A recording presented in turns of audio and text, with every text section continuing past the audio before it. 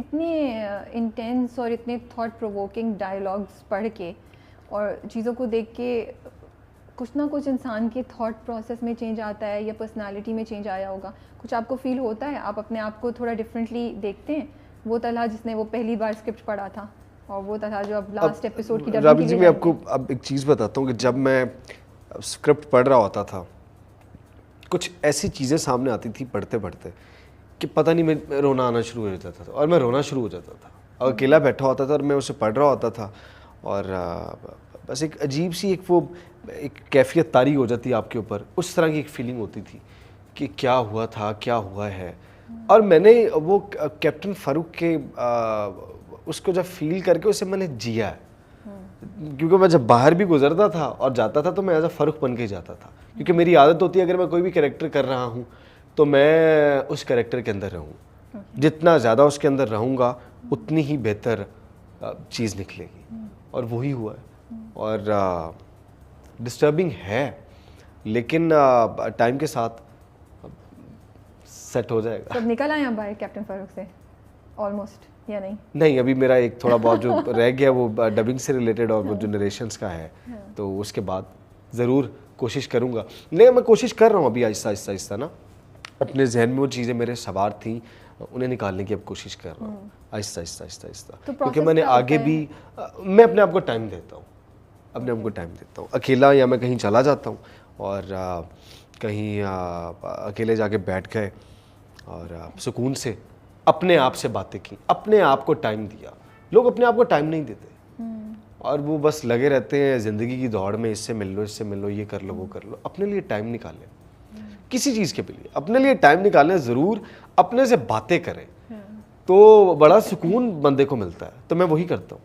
आपने कहा कि बीच में एक टाइम था जब आप किसी से, जैसे अभी भी कह रहे थे, आपके शूट के दरमियान भी किसी से मिलते नहीं थे, मेरा दिल नहीं करता था। But isn't it disruptive in life? और आगे जाके भी अगर आप कैरेक्टर्स में इस तरह रहेंगे तो ज़िंदगी कैसे गुजारते हैं फिर एक्टर्स? मैं वही, देखें आर्टिस्ट का यही है कि ज़िंदगी वो ज़्यादातर जीता है लोगों के लिए, अपने लिए बड़ा कम जीता है। बस वो आता है और अपने वो काम करता है, निभाता है, फ़र्ज़ निभाता है और दुनिया से चला जाता है। ये वही है ना कि वो लोगों के लिए जी रहा है, लेकिन मैं एक चाहता हूँ कि अपने लिए भी वो आर्टिस्ट को जीना चाहिए, अपने लिए भी टाइम निकालना चाहिए। तो ये चीज़ है। ओके, बिकॉज मुझे बड़ी बात सुन के मुझे बड़ी इंटरेस्ट हुआ था कि ज़िंदगी कैसे गुजरेगी फिर इस तरीके से, यू नो, हर बार एक कैरेक्टर में जाके उस कैरेक्टर की तरह बिल्कुल जीना शुरू कर दें। तो अच्छा है ना कि पता नहीं कितने कैरेक्टर्स जी के जाएंगे यहाँ से। मतलब वो अगर सारे कैप्टन फ़ारूक जैसे नहीं हुए तो। आपकी वॉइस जो एक्सेंट है उस पर कुछ आपने ट्रेनिंग ली, उसको चेंज करने की कोशिश की कैप्टन फ़ारूक से मैच करने के लिए, उस पर कुछ था?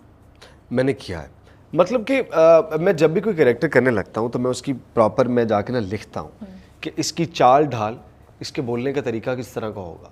फिर मैं उसे एक वो विजुअलाइजेशन होती है ना, बंदे की सोचता है कि ये चलेगा किस तरह, ये बात किस तरह करेगा और इसकी फीलिंग्स क्या होंगी। तो फिर वो मैंने उसी तरह उस तरीके से मैंने वो बनाई कि कहाँ पे स्ट्रेस एंड पॉजेज और ये किस तरह, बस वो सारा किया तो अल्हम्दुलिल्लाह वो एक अच्छी चीज़ निकल आई। आर्मी की ड्रिल हुई थी प्रॉपर, एक आर्मी ड्रिल हुई थी जिसके अंदर हमें उन्होंने बताया था कि आर्मी वाले किस तरह बात करते हैं, किस तरह अपने अफसरों से वो उनके सामने जाएंगे तो किस तरह होगा, उनके किस तरह राइट पे या लेफ्ट पे किस तरह चलना है, डायरी किस तरह पकड़नी है। तो मतलब वैसे आप सही कह रहे हैं, डायरी भी बड़े परफेक्ट है, मतलब कि वो सब चीज़ें सिखाते हैं, how to talk, how to salute, सब चीज़ें वो बता रहे हो, उन्होंने बताई हमें। तो फिर जब मैं वो सब चीज़ें उस मरहले से गुजर रहा था तो मेरे ज़हन में एक चीज़ थी कि मैंने कुछ डिफरेंट करना है।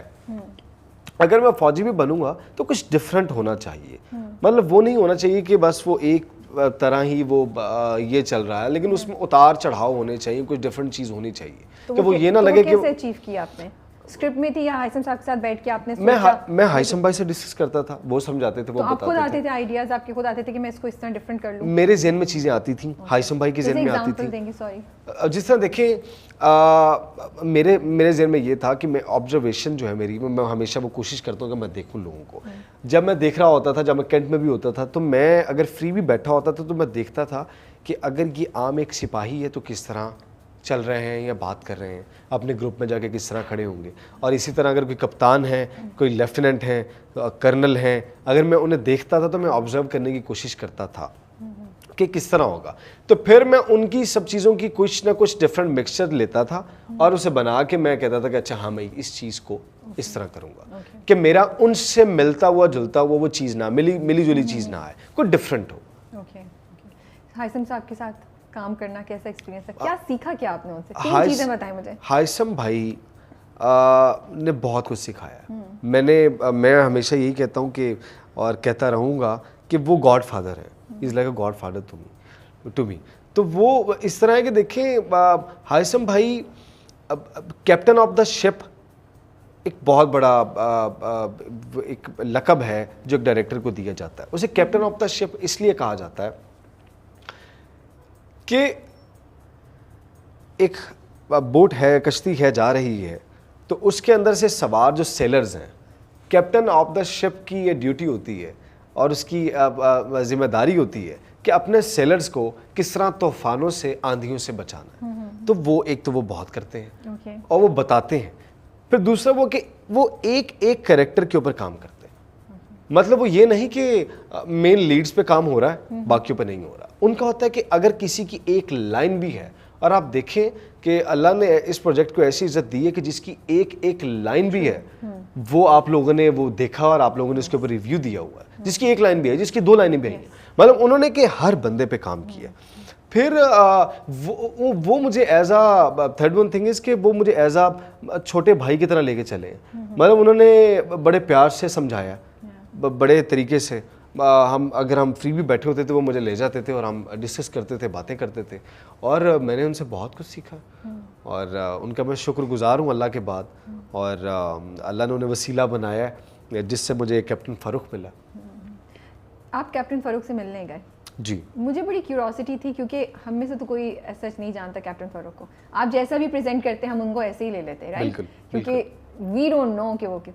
तो ये क्यों आपने सोचा कि मैं जाऊं, मिलूं, क्या जहन में आ रहा था? मुझे ये बड़ी आपकी ना बात, या ये हाइसम साहब ने आपको सजेस्ट किया था? नहीं, मेरे जहन में था कि मैंने उनसे मिलना ज़रूर है। क्योंकि मैं ये जानना चाह रहा था कि किस तरीके से वो टाइम गुजारा उन्होंने, उसके बाद किस तरह टाइम गुजारा, या उससे पहले का क्या था जब आपकी पोस्टिंग हुई थी, या क्या चीज़ें हुई थी। आप शायद यकीन ना करें कि वो बैठे होते थे और मैं बैठा होता था। जब वो बताना शुरू होते थे तो वो इतनी लय में बताना शुरू करते थे कि उनको रोना आ जाता था। और जब मैं, अब आप अंदाज़ा लगाएंगे 50 साल हो चुके हैं, लोग भूल जाते हैं। लोग तो 1 साल में भूल जाते हैं। लोग दो मतलब कि आपका अगर कोई रिलेशन भी होता है कोई 10-10, 12-12 साल का, तो लोग तो भूल जाते हैं। लेकिन 50 साल हो गए हैं उस टाइम को, स्टिल वो उसके अंदर जी रहे हैं। और मज़े की बात है कि वो जी रहे हैं उस टाइम को अभी तक, उन मेमोरीज़ को, उनकी यादें जो हैं। तो सर बड़े खुश हैं, फ़ारूक साहब बहुत खुश हैं। और जब उन्हें, मेरे जहन में ये था कि उन्हें पसंद पता नहीं किस तरह का आएगा, क्या रिव्यूज़ देंगे वो, लेकिन वो बड़े खुश हैं।